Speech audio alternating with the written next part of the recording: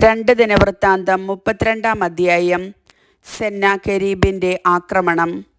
ഹെസക്കിയായുടെ വിശ്വസ്തതാപൂർണമായ ഈ പ്രവർത്തനങ്ങൾക്കു ശേഷം അസീറിയ രാജാവായ സെന്നാകെരീബ് യൂദായെ ആക്രമിക്കുകയും അതിലെ സുരക്ഷിത നഗരങ്ങൾ കീഴടക്കാമെന്ന പ്രതീക്ഷയോടെ അവയ്ക്കെതിരെ പാളയമടിക്കുകയും ചെയ്തു. സെന്നാകെരീബ് ജെറുസലേം ആക്രമിക്കാൻ വരുന്നതുകണ്ട് ഹെസക്കിയ തൻ്റെ സേവകന്മാരോടും വീരപുരുഷന്മാരോടും ആലോചിച്ചു. നഗരത്തിൽ നിന്ന് പുറത്തേക്കൊഴുകിയിരുന്ന നീർച്ചാലുകൾ തടയാൻ അവർ തീരുമാനിച്ചു. അവർ അവനെ സഹായിച്ചു. അനേകം ആളുകൾ ഒരുമിച്ച് കൂടി സകല നീർച്ചാലുകളും തടഞ്ഞു. അസീറിയ രാജാവിന് നാം എന്തിന് വെള്ളം കൊടുക്കണം എന്ന് അവർ ചോദിച്ചു. നിശ്ചയദാർഢ്യത്തോടെ അവൻ പ്രവർത്തിച്ചു. പൊളിഞ്ഞുകിടന്ന മതിലിൻ്റെ കേടുപാടുകൾ തീർത്തു. അതിനു മുകളിൽ ഗോപുരങ്ങൾ പണിതുയർത്തി ചുറ്റും ഒരു കോട്ട കൂടി നിർമ്മിച്ചു. ദാവീദിൻ്റെ നഗരത്തിലെ മില്ലോ ശക്തിപ്പെടുത്തി. ആയുധങ്ങളും പരിചകളും ധാരാളമായി ഉണ്ടാക്കി. അവൻ ജനത്തിന് പടത്തലവന്മാരെ നിയമിച്ചു. നഗര കവാടത്തിലുള്ള അങ്കണത്തിൽ എല്ലാവരെയും വിളിച്ചുകൂട്ടി അവരെ ഉത്തേജിപ്പിച്ചുകൊണ്ട് പറഞ്ഞു, ശക്തന്മാരും ധീരന്മാരുമായിരിക്കുവിൻ. അസീറിയ രാജാവിനെയും അവൻ്റെ സൈന്യവ്യൂഹത്തെയും കണ്ട് ഭയപ്പെടുകയോ പരിഭ്രമിക്കുകയോ വേണ്ട. അവനോട് കൂടെയുള്ളവനേക്കാൾ ശക്തനായ ഒരുവൻ നമ്മോട് കൂടെയുണ്ട്. മാംസളമായ ഹസ്തമാണ് അവനോടൊത്തുള്ളത്. നമ്മോട് കൂടെയുള്ളത് നമ്മുടെ ദൈവമായ കർത്താവും. അവിടുന്ന് നമ്മെ സഹായിക്കുകയും നമുക്ക് വേണ്ടി പൊരുതുകയും ചെയ്യും. യൂദാ രാജാവായ ഹെസക്കിയായുടെ വാക്കുകൾ ജനത്തിന് ധൈര്യം പകർന്നു. സൈന്യസമേതം ലാഗീഷ് ഉപരോധിച്ചുകൊണ്ടിരുന്ന അസീറിയ രാജാവായ സെന്നാകെരീബ് ജെറുസലേമിലേക്ക് ദൂതന്മാരെ അയച്ച് യൂദാ രാജാവായ ഹെസക്കിയായോടും യൂദാ നിവാസികളോടും പറഞ്ഞു, അസീറിയ രാജാവായ സെന്നാകെരീബ് പറയുന്നു, എന്തിൽ ആശ്രയിച്ചുകൊണ്ടാണ് ജെറുസലേമിൽ നിങ്ങൾ പ്രതിരോധം ഏർപ്പെടുത്തുന്നത്? നമ്മുടെ ദൈവമായ കർത്താവ് അസീറിയ രാജാവിൻ്റെ കൈകളിൽ നിന്ന് നമ്മെ രക്ഷിക്കും എന്ന് പറഞ്ഞ് നിങ്ങളെ വഞ്ചിച്ച് വിശപ്പും ദാഹവും മൂലം നിങ്ങൾ മരിക്കാൻ ഹെസക്കിയ വഴിയൊരുക്കുകയല്ലേ? ഈ ഹെസക്കിയ തന്നെയല്ലേ അവിടുത്തെ പൂജാഗിരികളും ബലിപീഠങ്ങളും നശിപ്പിച്ചതും ഒരേയൊരു ബലിപീഠത്തിന് മുൻപിൽ ആരാധിക്കുകയും അവിടെ മാത്രം ദഹനബലികൾ അർപ്പിക്കുകയും ചെയ്യണമെന്ന് യൂദായോടും ജെറുസലേമിനോടും ആജ്ഞാപിച്ചതും? ഞാനും എൻ്റെ പിതാക്കന്മാരും മറ്റു ജനതകളോട് ചെയ്തതെന്തെന്ന് നിങ്ങൾക്കറിഞ്ഞുകൂടെ? അവരുടെ ദേവന്മാർക്ക് തങ്ങളുടെ ദേശത്തെ എൻ്റെ കയ്യിൽ നിന്ന് രക്ഷിക്കാൻ കഴിഞ്ഞോ? എൻ്റെ പിതാക്കന്മാർ നിശ്ശേഷം നശിപ്പിച്ച ആ ജനതകളുടെ ദേവന്മാരിൽ ആർക്കാണ് തൻ്റെ ജനത്തെ എൻ്റെ കയ്യിൽ നിന്ന് രക്ഷിക്കാൻ കഴിഞ്ഞത്? പിന്നെ നിങ്ങളുടെ ദൈവം എൻ്റെ കയ്യിൽ നിന്ന് നിങ്ങളെ രക്ഷിക്കുമെന്നോ? അതിനാൽ ഹെസക്കിയ നിങ്ങളെ ഇപ്രകാരം വഞ്ചിക്കുകയോ വഴിതെറ്റിക്കുകയോ ചെയ്യാതിരിക്കട്ടെ. അവനെ വിശ്വസിക്കരുത്.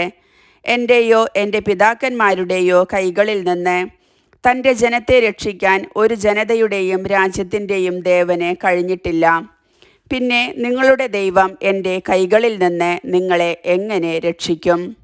ദൈവമായ കർത്താവിനും അവിടുത്തെ ദാസനായ ഹെസക്കിയായ്ക്കും എതിരെ ആ ദൂതന്മാർ കൂടുതൽ നിന്ദനങ്ങൾ ചൊരിഞ്ഞു. ഇസ്രായേലിൻ്റെ ദൈവമായ കർത്താവിനെ നിന്ദിച്ചുകൊണ്ട് അസീറിയ രാജാവ് ഇപ്രകാരം എഴുതി, ജനതകളുടെ ദേവന്മാർ തങ്ങളുടെ ജനതകളെ എൻ്റെ കയ്യിൽ നിന്ന് രക്ഷിക്കാതിരുന്നത് പോലെ ഹെസക്കിയായുടെ ദൈവം തൻ്റെ ജനത്തെ എൻ്റെ കയ്യിൽ നിന്ന് രക്ഷിക്കുകയില്ല. കോട്ടയുടെ മുകളിൽ നിന്ന് ജെറുസലേം നിവാസികളെ സംഭീതരാക്കി നഗരം പിടിച്ചടക്കാൻ വേണ്ടി യൂദാ ഭാഷയിൽ അവർ ഉച്ചത്തിൽ വിളിച്ചു പറഞ്ഞു.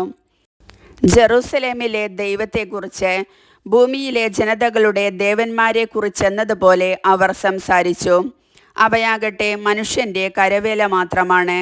ഹെസക്കിയ രാജാവും ആമോസിൻ്റെ മകനായ ഏശയ്യാ പ്രവാചകനും സ്വർഗത്തിലേക്ക് സ്വരമുയർത്തി പ്രാർത്ഥിച്ചു. കർത്താവ് ഒരു ദൂതനെ അയച്ചു. അവൻ അസീറിയ രാജാവിൻ്റെ പാളയത്തിലെ വീരയോദ്ധാക്കളെയും സേനാധിപന്മാരെയും സേവകന്മാരെയും വെട്ടിവീഴ്ത്തി. സെന്നാകെരീബ് ലജ്ജിച്ച് മുഖം താഴ്ത്തി സ്വദേശത്തേക്ക് മടങ്ങി. അവൻ തൻ്റെ ദേവൻ്റെ ആലയത്തിൽ പ്രവേശിച്ചപ്പോൾ സ്വപുത്രന്മാരിൽ ചിലർ അവനെ വാളിനിരയാക്കി. അങ്ങനെ കർത്താവ് അസീറിയ രാജാവായ സെന്നാകെരീബിൻ്റെയും മറ്റു ശത്രുക്കളുടെയും കൈകളിൽ നിന്ന് ഹെസക്കിയായെയും ജെറുസലേം നിവാസികളെയും രക്ഷിച്ചു. അവരുടെ അതിർത്തികളിൽ സ്വസ്ഥത നൽകി. വളരെ പേർ ജെറുസലേമിൽ കർത്താവിന് കാഴ്ചകൾ കൊണ്ടുവന്നു. യൂദാ രാജാവായ ഹെസക്കിയായ്ക്ക് വിലപിടിപ്പുള്ള സമ്മാനങ്ങളും നൽകി. അന്നു മുതൽ ജനതകളുടെ മുൻപിൽ അവൻ ബഹുമാനിതനായി. ഹെസക്കിയ രോഗം പിടിപെട്ട് മരണത്തോടടുത്തു. അവൻ കർത്താവിനോട് പ്രാർത്ഥിച്ചു. അവിടുന്ന് അവന് ഉത്തരമരുളി, ഒരു അടയാളവും കൊടുത്തു. എന്നാൽ അവൻ തനിക്കു ലഭിച്ച നന്മകൾക്ക് നന്ദി പ്രകടിപ്പിച്ചില്ല. അവൻ അഹങ്കരിച്ചു. അതിനാൽ അവൻ്റെയും യൂദായുടെയും ജെറുസലേമിൻ്റെയും മേൽ ക്രോധം ജ്വലിച്ചു. എന്നാൽ തൻ്റെ അഹങ്കാരത്തെക്കുറിച്ച് അവനും അവനോടൊത്ത് ജെറുസലേം നിവാസികളും അനുതപിച്ചതിനാൽ കർത്താവിൻ്റെ ക്രോധം ഹെസക്കിയായുടെ കാലത്ത് അവരുടെ മേൽ പതിച്ചില്ല. ഹെസക്കിയ വളരെ സമ്പന്നനും വലിയ കീർത്തിമാനും ആയിരുന്നു. വെള്ളി, സ്വർണം, രത്നങ്ങൾ, സുഗന്ധദ്രവ്യങ്ങൾ, പരിചകൾ, വിലപിടിപ്പുള്ള വിവിധ തരം പാത്രങ്ങൾ എന്നിവ സൂക്ഷിക്കാൻ അവൻ ഭണ്ഡാരങ്ങൾ നിർമ്മിച്ചു. ധാന്യം, വീഞ്ഞ്, എണ്ണ എന്നിവയ്ക്കായി സംഭരണശാലകളും ആടുമാടുകൾക്ക് ആലകളും പണിതു. അവൻ തനിക്കു വേണ്ടി നഗരങ്ങൾ പണിയുകയും ആടുമാടുകളെ സമ്പാദിക്കുകയും ചെയ്തു. ദൈവം അവന് വളരെയധികം സമ്പത്ത് നൽകിയിരുന്നു.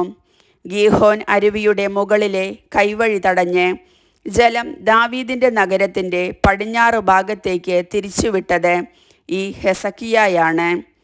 തൻ്റെ എല്ലാ ഉദ്യമങ്ങളിലും അവന് വിജയമുണ്ടായി. ദേശത്തു സംഭവിച്ച അടയാളത്തെപ്പറ്റി അന്വേഷിക്കുന്നതിന് ബാബിലോൺ പ്രഭുക്കന്മാരയച്ച ദൂതന്മാരുടെ കാര്യത്തിൽ സ്വന്തം ഇഷ്ടമനുസരിച്ച് പ്രവർത്തിക്കാൻ ദൈവം അവനെ അനുവദിച്ചു. അത് അവനെ പരീക്ഷിക്കുന്നതിനും അവൻ്റെ ഉള്ളറിയുന്നതിനും വേണ്ടിയായിരുന്നു. ഹെസക്കിയായുടെ ഇതര പ്രവർത്തനങ്ങളും അവൻ ചെയ്ത നല്ല കാര്യങ്ങളും ആമോസിൻ്റെ പുത്രനായ യേശയ്യാ പ്രവാചകൻ്റെ ദർശനത്തിലും യൂദായുടെയും ഇസ്രായേലിൻ്റെയും രാജാക്കന്മാരുടെ പുസ്തകത്തിലും രേഖപ്പെടുത്തിയിരിക്കുന്നു. ഹെസക്കിയ പിതാക്കന്മാരോട് ചേർന്നു. അവനെ ദാവീദിൻ്റെ പുത്രന്മാരുടെ ശവകുടീരങ്ങളുടെ മേൽനിരയിൽ സംസ്കരിച്ചു. യൂദായിലും ജെറുസലേമിലുമുള്ളവർ എല്ലാവരും അവന് അന്ത്യോപചാരങ്ങൾ അർപ്പിച്ചു. പുത്രൻ മനാസെ ഭരണമേറ്റു. കർത്താവിൻ്റെ വചനം.